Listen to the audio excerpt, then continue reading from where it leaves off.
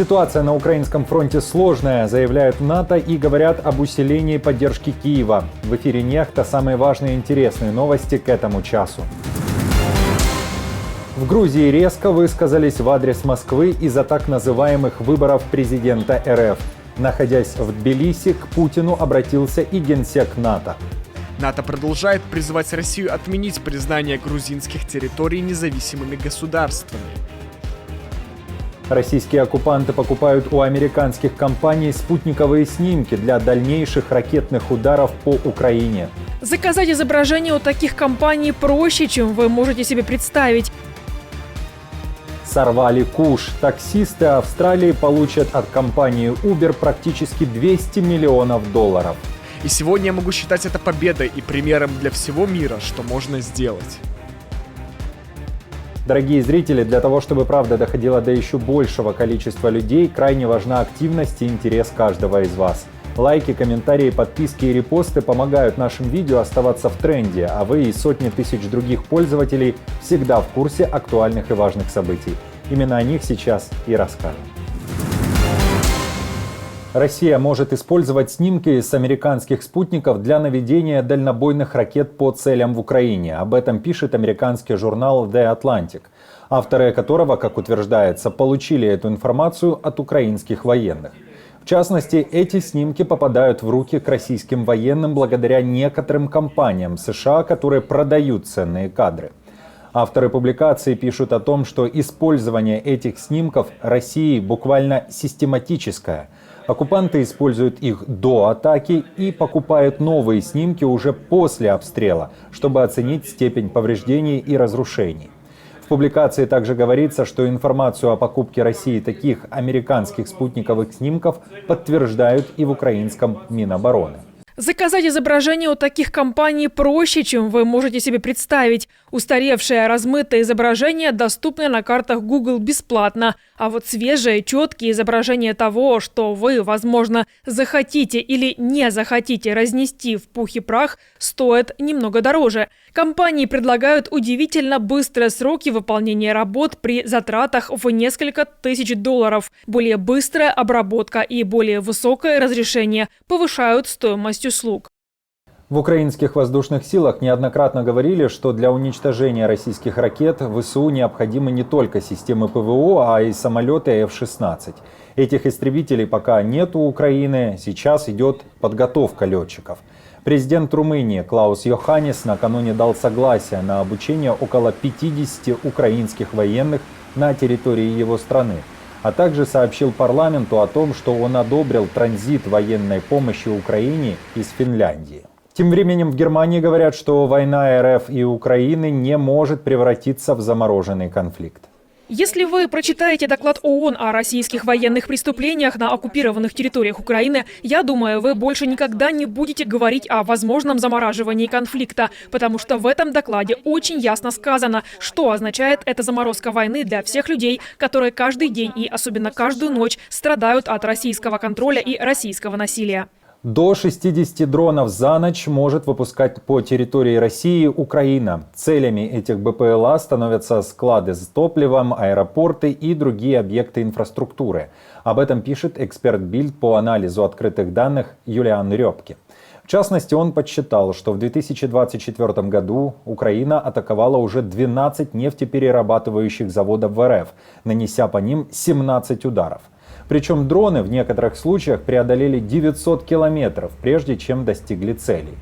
Как результат, атаки затронули 12% мощностей нефтепереработки России, что в свою очередь отразилось на экспорте бензина. Россия продолжает обстреливать Сумскую область. Каждые 3 минуты в этом регионе звучит взрыв. Приграничная область находится под авиационными, ракетными и артиллерийскими ударами. Продолжается эвакуация населения. За последнюю неделю россияне скинули на регион 200 авиабомб, сообщает областная военная администрация. Того дня, сьогодні вже ми евакували 285 громадян цієї громади, з них 26 діточок. Бачите зараз на екрані, які руйнування пройшли, практично всі адміністративні будинки, вся інфраструктура міста, вона знищена авіаційними засобами ураження ворога. Також сьогодні відбуваються заходи евакуації, допомагають і виконують свої завдання групи евакуації з застосуванням сил Національної поліції, Державної служби надзвичайних ситуацій. Северокорейский диктатор Ким Чен Ын продолжает рассыпаться в комплиментах Путину и поддерживать его в стремлении уничтожать украинские города. КНДР отправила в Россию около 7 тысяч контейнеров с боеприпасами и другим военным оборудованием, говорит министр обороны Южной Кореи Шин Вон Сик. Для этого Северная Корея использует железную дорогу. Шин Вон Сик уверен, что Пхеньян в обмен на это также получает определенную помощь от Москвы, какую именно, неизвестно. В то же время Ким Чен Ын продолжает устраивать провокации и отдает приказы о запуске баллистических ракет в сторону Японского моря. Я считаю, что Северная Корея продолжает повторять провокации, потому что им нечего терять.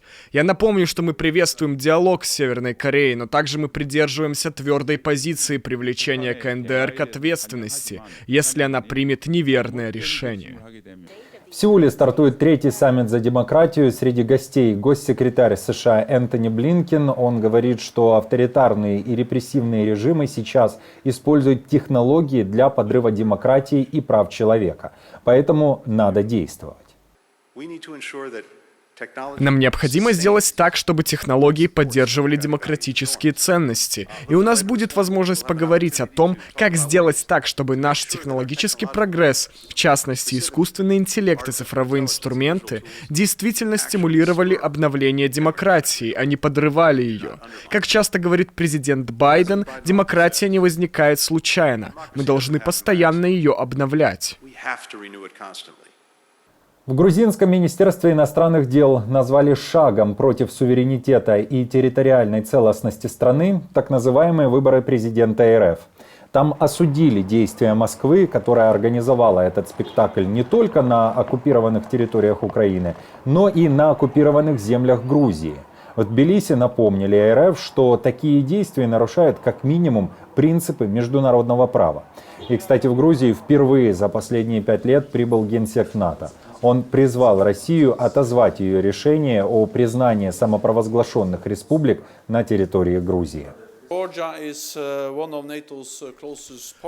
Грузия – один из ближайших партнеров НАТО. Мы высоко ценим ваш существенный вклад в миссии и операции Альянса и полностью поддерживаем суверенитет и территориальную целостность Грузии. Южная Осетия и Абхазия являются частью Грузии.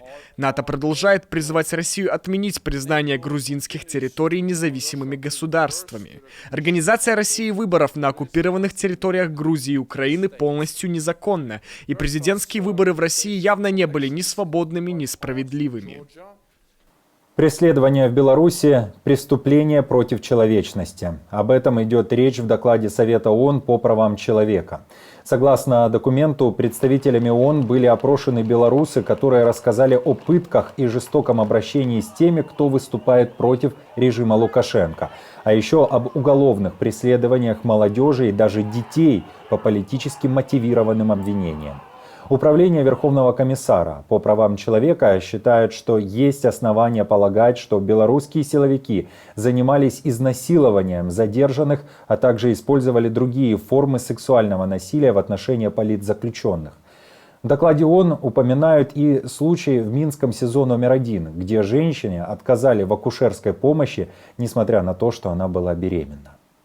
В нескольких случаях задержанных заставляли находиться в болезненных, неудобных позах в течение длительного времени. А как минимум в 2 случаях сотрудники ГУБОПИК чуть ли не задушили задержанных, накладывая им на лицо маску или пакет. Физическое насилие сопровождалось угрозами, принуждением и запугиванием, в том числе угрозами смерти, гендерно обусловленного насилия, в том числе сексуального насилия, нанесения вреда членам семьи или и изъятия детей.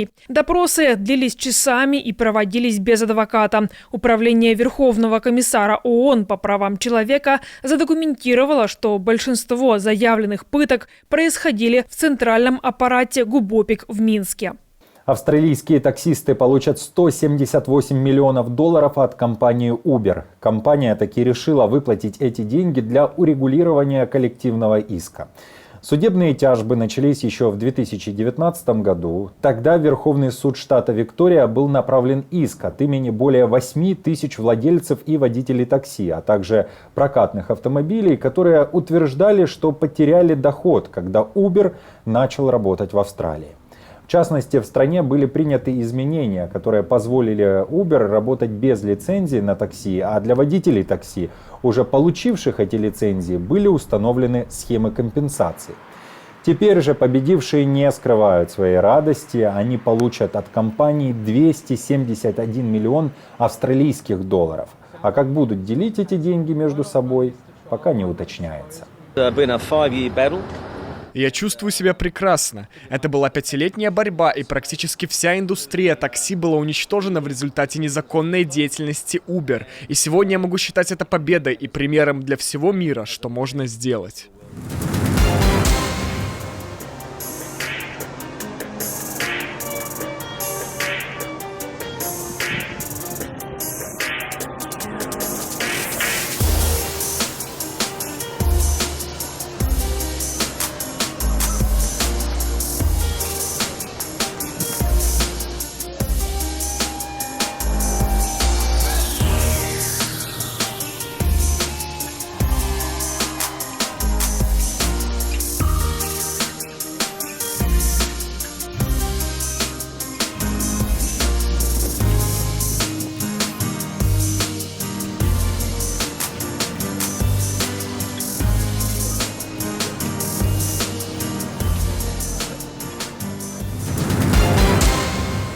На этом пока все. Если вам нравится наша работа, вы можете поддержать ее кнопкой «Спасибо» под роликом или стать постоянным спонсором канала. А мы с командой продолжаем следить за самыми важными новостями. Оперативную информацию от Нехта ищите в телеграм-каналах или на платформе X.